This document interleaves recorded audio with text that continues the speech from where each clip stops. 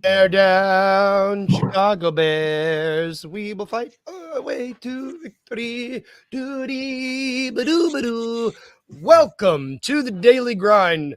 For those of you just joining us for the first time, I normally sing a little ditty at the top of the show that has the name of the song in it, and it sounds awful.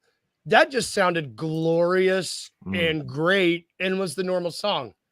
We'll talk about that later, but welcome to the show. I'm your host, Luke Hatmaker. I'm sorry, Rusty. It's Tuesday, and I got my guy Rusty with me. How are you, Buckets? Are you good?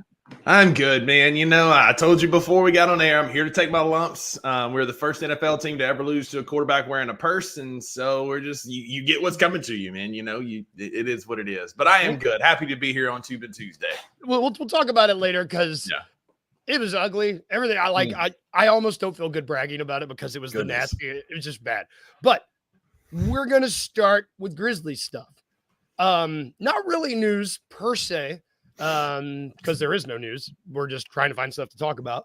I was honestly inspired. One of our good friends of the show, Wayno, shout out Wayno if you're awake still watching. He hates Santi Aldama. I don't know if way to put it. He strongly dislikes Santi Aldama. Yeah. I think Santi Aldama at this point in Memphis Grizzlies, shout out Santi. In this point of the Grizzlies history, he might be one of the most like the divisive players on the team right now because it seems like you either really like him or you really don't like him. He is also the only player eligible for an extension this coming year, which is it's an interesting exercise to think about because we had him and Zaire both eligible, and that was a problem sitting on our books that I hated looking at. It's like, why is that something we like? The fact that Zaire is not even a part of the equation anymore is really nice. But I'm curious about your thoughts. What do you think in an extension season? Do you expect Santi to play his best ball? Do you expect the Grizzlies to offer him extension? Like, what do you even think that would look like? This is kind of a weird extension class of guys this coming year. It is because it's not like you said, it's very divisive. It's almost like foreshadowing, like a Jamie Lannister, right? Like a character arc that's like it's complicated, right? Like at moments you like things he does, at other times you don't really understand what Santi's doing. I don't know that there's a long-term role on this team for Santi Aldama. I like Santi. I think he's got the skill sets to be good. Clearly, we watch it every summer, right? Like we get this like taste of what it could be, and then he just goes and just balls out in summer league basketball for Spain or international basketball or whatever. I think he's going to get a contract somewhere. He's got a good frame. He's got a good shot. He gets those hustle rebounds, and he plays basketball hard. And that's hard to say because one of our best closing lineups of all time is Santi, Jaren, and BC. Like that's a killer lineup. Yep. I wouldn't be shocked if we extended him, but I also wouldn't be shocked if he was gone. Personally, I think that like this is a guy that you include. He's an expiring contract. You include this in a trade at the deadline to go make yourself better. I just don't know that Santi makes us a ton better. You're welcome, Wayno. Well, and it's a very I think there's a compelling argument to be made for both sides. You almost just made the argument for that lineup is as little as it was used. Like he has a little bit of flexibility that not a lot of guys his size have. Just in terms of being able to slide into that lineup and play with those two dudes. I think one thing you have to factor in is into the extension talks is how much do you think he'll be making? And if you look at right now where he slides right in, he's making about to me, the guy that I think is the best to compare him with right now is Day'Ron Sharpe. In Brooklyn, a big drafted around the same spot. They're making around the same money, who is also eligible for an extension. The only I read this, I think it might have been ESPN that was talking about Day'Ron Sharpe. They weren't talking about Santi, but they said if you're looking at Day'Ron, you might be able to look at something like Zeke Naji, that the Denver Nugget, like a 4-year, $30 million contract. Do you think if they were like, hey, Santi, 4 years, $28 million, $7 million a year, What like I don't. My biggest thing is that that's the market. That's tough because you got Vince and you got Gigi making $1 billion a year. Yeah. I just don't know. Like I just don't know what the market's going to be, and with the cap going up again, and the rights going, the media rights deal that's happening, I just don't know. Like, if that's what he's going to command, I don't know if Memphis is going to be willing to be like, yeah, man, here you go. Here's $7 million. We're willing to give our eighth guy. Yeah. Especially when, Ja's money's going up, Dez's money's going up, Jaren's fixing to get paid a max or near max deal. I would not personally, I would rather, we're still 2 years away from Jaren, but I feel like we're going to take care of him as soon as possible. Yes. I feel like I don't want anything in the way that's going to hamper that. And Santi's, $4 or $5 million a year is not going to hamper that a ton, but it could, because we're up against that first apron, particularly with the way we've signed Luke and we've got Marcus. And again, as mentioned, John Dez and John Dez. Looking at the math, looking at that, I don't see how it fits. What I do see is you pair that with an $11 million contract that's also expiring for one Luke Kennard, who I love and wants to stay in Memphis. I'm here for it. But that's a pretty good package to send off for some wing scoring or some big help for maybe like a Wendell Carter Jr., who only commands around $12 million. Like, you can make that math work with a couple of contracts, 2 expiring deals. Maybe Orlando needs some competitive shooting and a big off the bench, like a bigger wing off the bench. You send them Luke and Santi, you get Wendell Carter and maybe a pick or something, and you've got a pretty good deal. Real quick, this is worth noting too. Wayno asked, what do these teams all have in common? And in losses, Santi broke 20 plus. So that's worth thinking about. And one thing that I think doesn't work in his favor if the goal of Memphis is, if he wants to stay here long term, he is, and we have talked about this on this show a lot, he's arguably our most attractive asset. If you are a team around the league, you look at our roster, you look at who's available, you're like, oh, I want Santi Aldama. He's capable of these big monster scoring games. We know he's an NBA rotation guy. Like, that's just obviously, but him and Luke Kennard, you said it, those are the dudes that are gettable, that offer a skill set that every team in this league needs. I'm telling you, man, like, I love Luke Kennard, and Drew gave me hell on this show and on ours, but my original, immediate thought was that's a very tradable contract. And that's what it feels like Kleiman set up, was like, hey, we're going to give you this 1-year deal for $11 million. We're going to overpay a little bit, but it's only for 1 year. Should you go out and have a massive year, then we can re-sign and redo that. But should the right team call looking for a certain piece and we can get something good in return to make us better and competitive as well, I feel like that contract was set up for a trade. I feel like Santi is also set up that way on an expiring $3.4 million deal. Like, it's not a massive $3.4 million deal. I don't think he's on this team next year.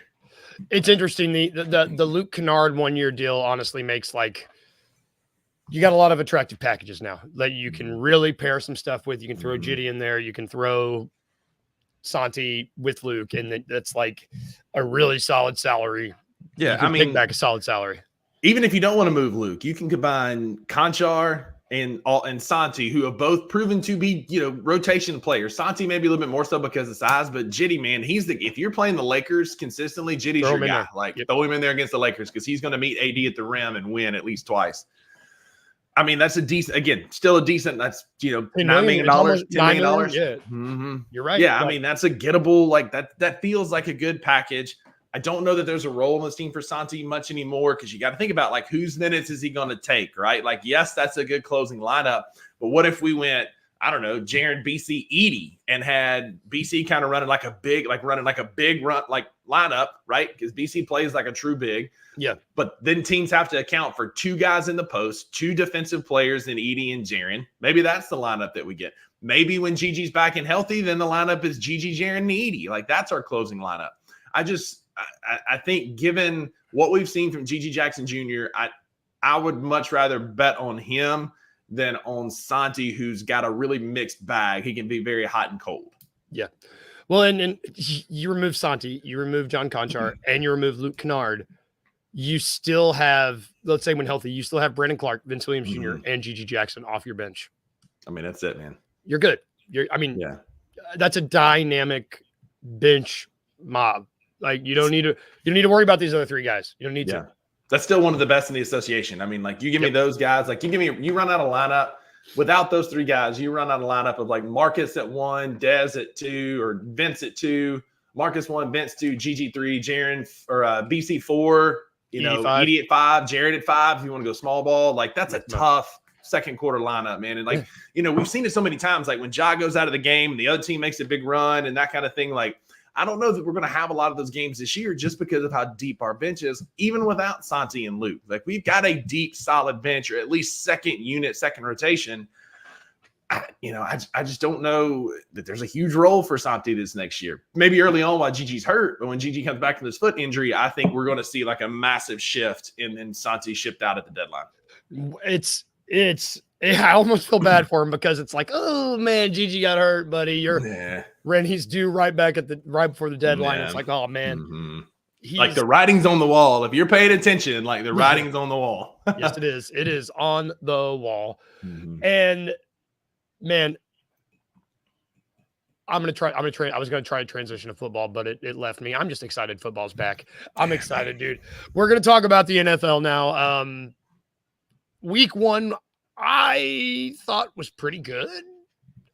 How dare you? Oh, are you talking about Daniel? Calling you out, yeah. Luke's over here flexing on him. Oh God, I cut all the sleeves off my shirts when I get them. Who needs sleeves? You don't have to, buddy. You just flex and they pop off. It's hilarious because if you could see me in real life, I look like one of those wacky inflatable fun people. It's not muscle, it's just skeletons. I'm like a skeleton. NFL, these dudes aren't skeletons. These guys know how to do stuff. And let's start with the game of the week. Let's start with the game of the week. Was it though? So the pillow fight of the week. What I told you, it was a must win for the Bears. And somehow in what I would call nothing short of a disgusting performance full of minor bits of promise is what I would call Caleb Williams. He did not look good. Shelby agrees. Just did not look good. 90 something yards, and he was still the first round pick first overall pick to win his first game since 2006. And you take away that Will Levis god awful shovel pat. You're like, what? So you're a Titans fan. I was only able to get the gift from I think you should leave. I'm over it. That's all I could get from my Titans fans in my life. How are you, dude? Because the game started out so good for them. I mean, it was 17-0. And then Will Levis just decided to play really bad, like really bad. I think of the famous Dennis Green quote. I'm going to paraphrase a little bit, but he is who we thought he is. And we let him off the hook. The Chicago Bears are who we thought they were.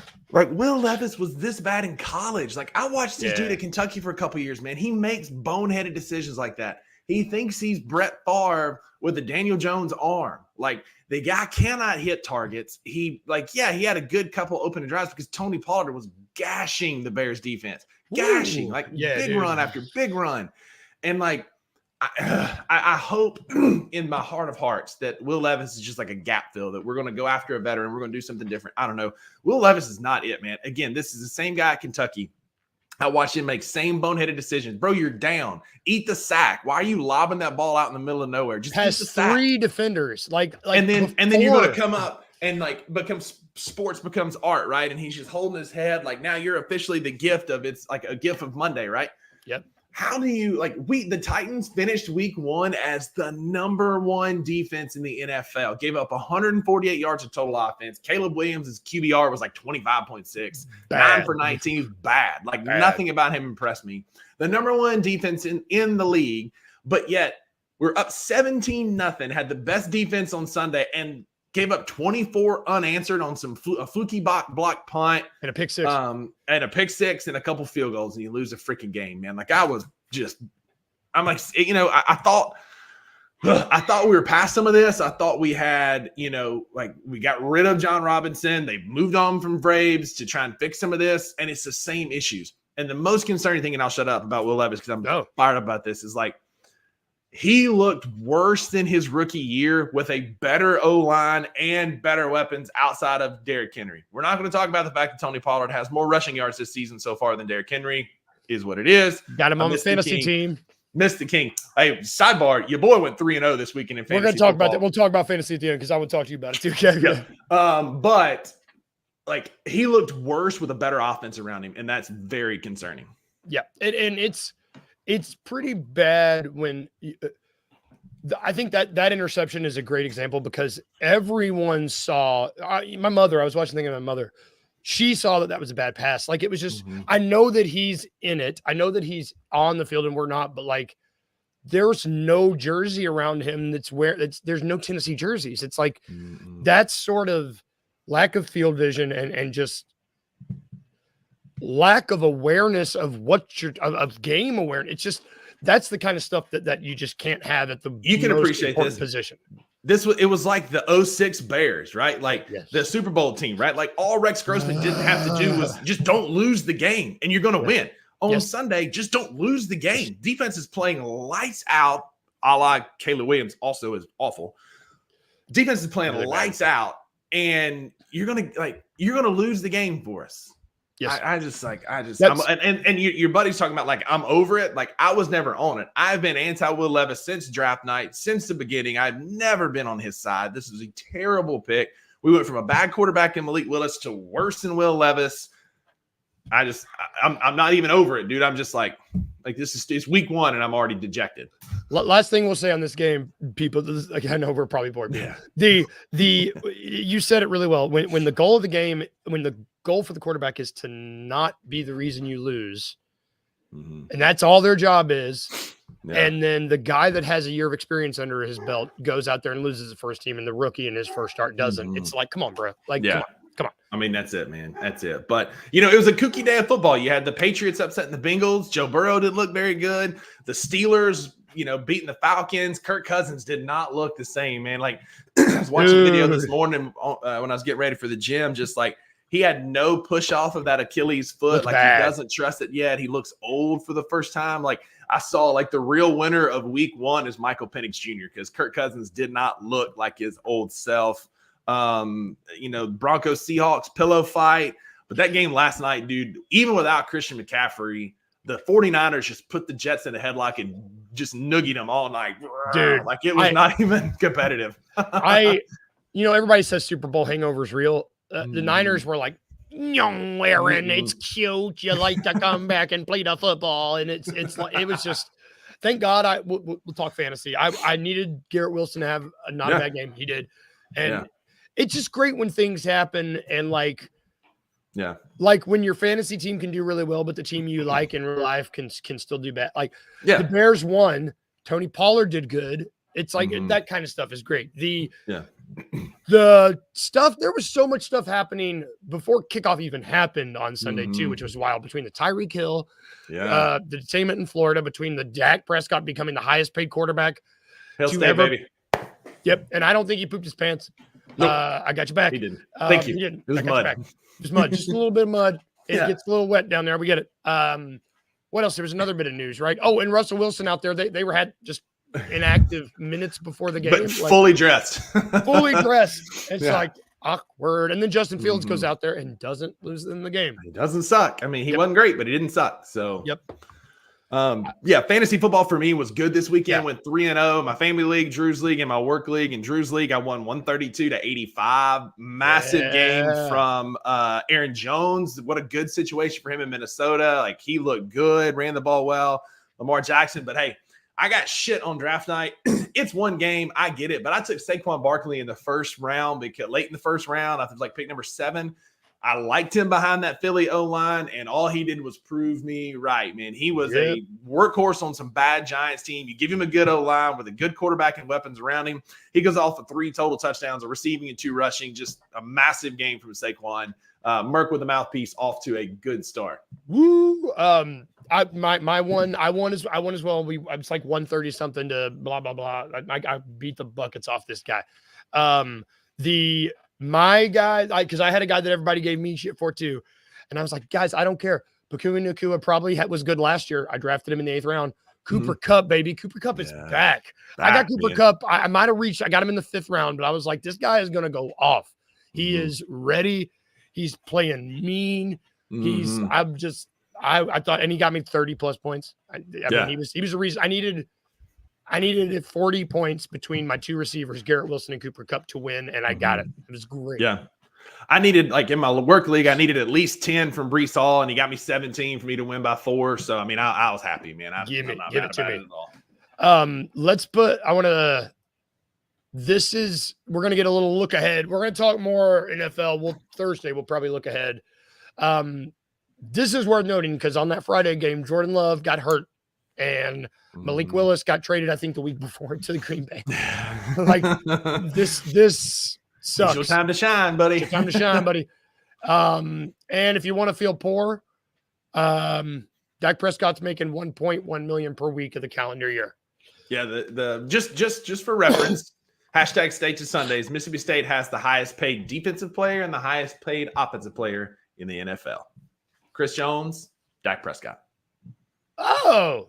How about that? How about them dogs, baby? How about them dogs? You know what? We're going to take a break on that because, we're going to end on a high note. We're going to end on that, and then we're going to talk Game of Thrones when we get back. But we're going to because it's time. But we're going to take a break first.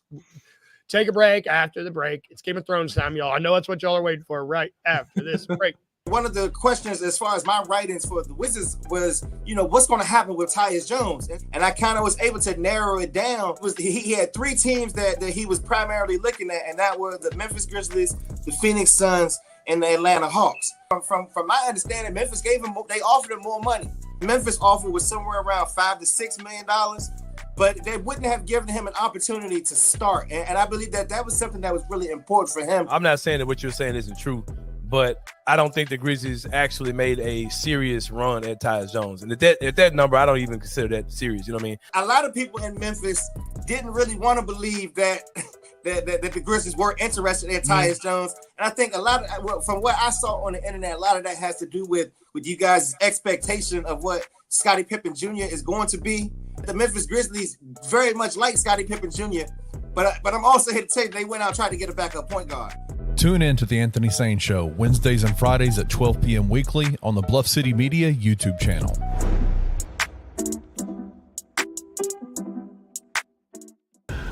Representing your country and winning, I think I'd black out on the podium. Because when I watch these people whose names I won't remember a week from now, and they're on the podium and they have tears and I start crying because I'm like, what a moment for this person. I'm getting a little nervous talking about it right now, BK. I would shed 3 tears. Oh. I wouldn't be nose running crying. Not that crying. There's levels to this crying game. There's shoulder shaking. Yeah, you know what I'm saying? Even when the tears stop, you still like, that's when you used to get in trouble though. Your parents used to give you, that's when you used to get beaten. You stop. Yes, you better stop crying. Exactly. That's it, that bottom lip. I'm not crying. Right, yeah. I would definitely be up there. I would cry. Tune in to the Night Court Podcast with your hosts, Rob Fisher and Brevin Knight, on the Bluff City Media YouTube channel.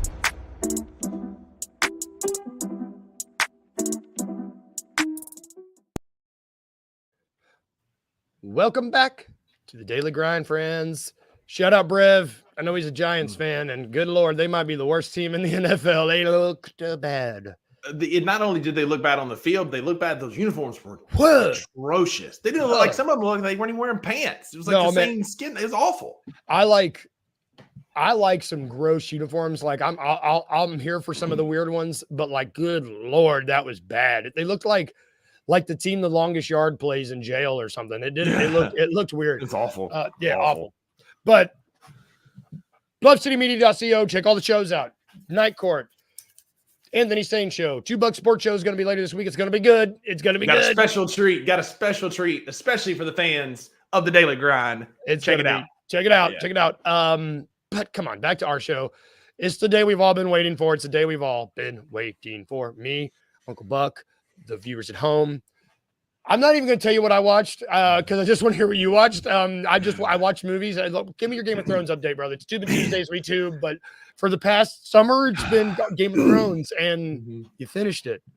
I did. It's over. It's over, baby. It came to an end, and it was a bit anticlimactic. It was. I loved it. Like the season was awesome. Like I understand like the grief with the last episode, but like it was so good leading up to that, man. From like The Longest Night up to the bells, like the taking of King's Landing. It was all really good, and then there were some good endings, like the Hound in the Mountain with their battle scene on the stairs, and then like the Hound like just tackling him through the wall, like to end it. Great scene. So good.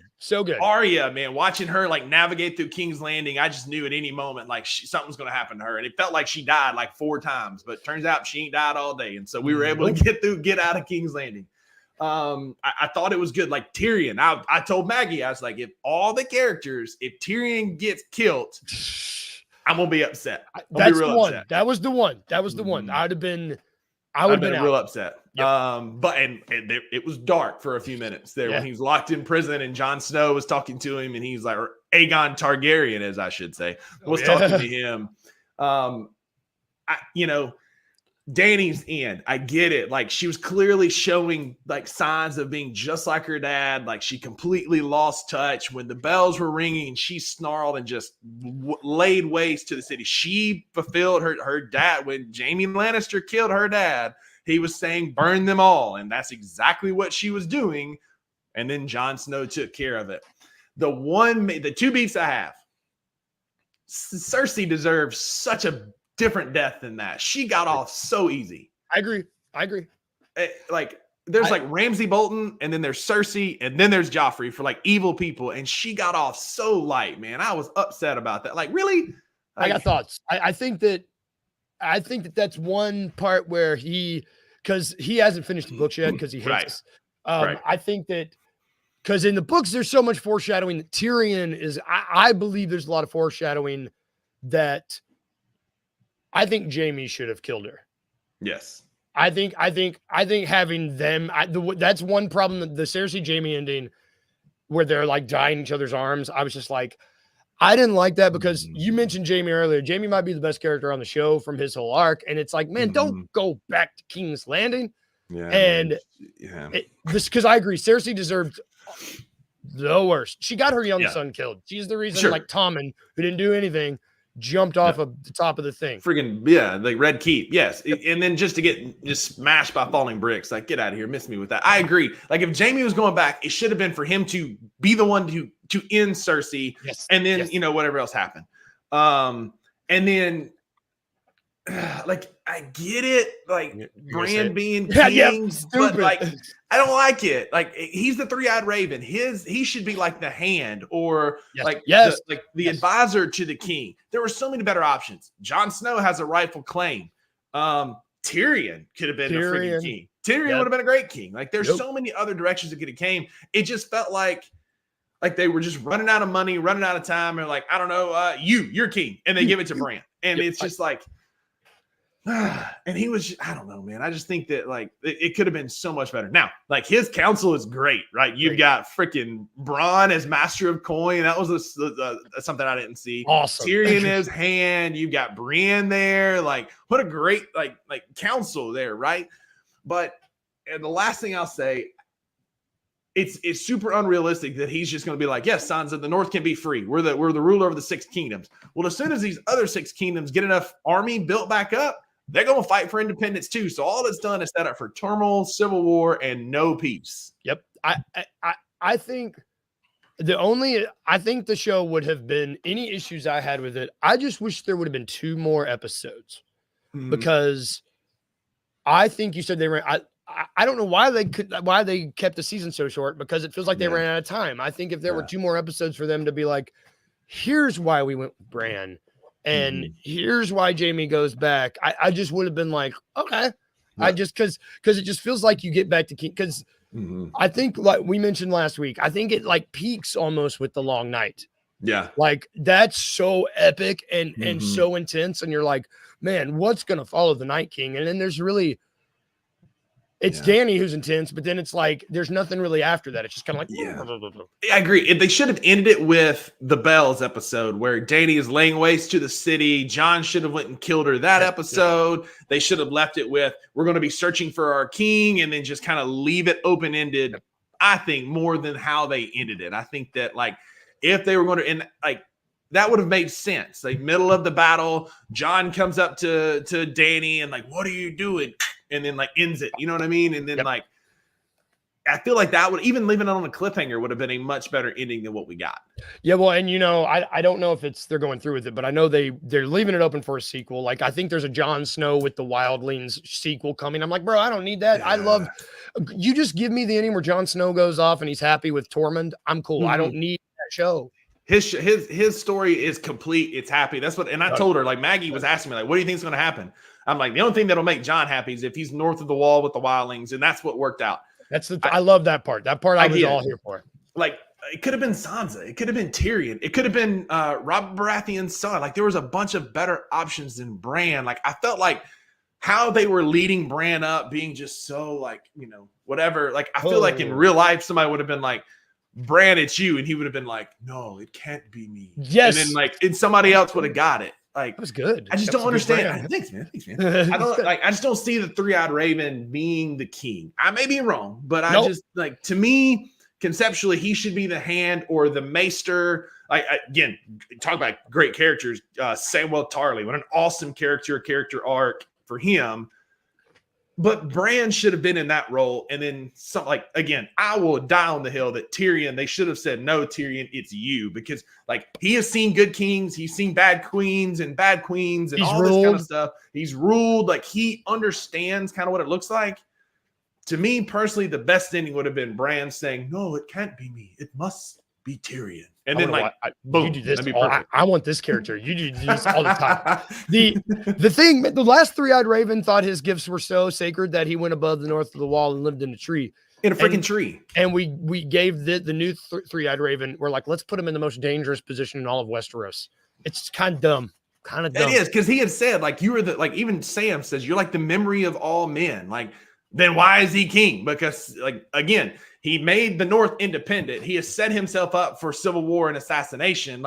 Put that boy in a tree and let Tyrion rule. Yep. Put that boy in a tree. Put that Rusty's review of Game of Thrones finale. Put that boy in a tree. That's the best. That's the best review ever because you're absolutely right. That's gonna do it for our show because that's gonna be the title of the episode. Put that boy in a tree. Thank you for watching it. We gotta find something new to watch. We'll talk and we'll find something new to watch because this has been the best part of the summer. We're Maggie and I are about to start Your Honor on Netflix. The Bryan Cranston series, phenomenal series. She'd seen Game of Thrones. I hadn't seen it. I've seen Your Honor. She hadn't seen it. Super excited for her to watch it. It's going to be awesome. This is perfect. Because Bryan Cranston is the man. We'll do Bryan Cranston next week. We can get a Bryan Cranston whole episode. Love it. Thank you for tuning in with us at home, y'all. We'll be back tomorrow. We're going to try to go 3 wide tomorrow if everybody is available. Maybe talk some Game of Thrones characters. I don't know. It might be time to draft. It's time. Everybody have good Tuesdays. Be careful at work. Be careful at school if you're in school. We'll see you tomorrow. If we can leave you with anything today, just 2 little things. Remember to be. I threw a shot at you yesterday with the Go Bears. I'm sorry. Just remember to be a little weird and remember to smile. Bye, guys. We'll see you tomorrow.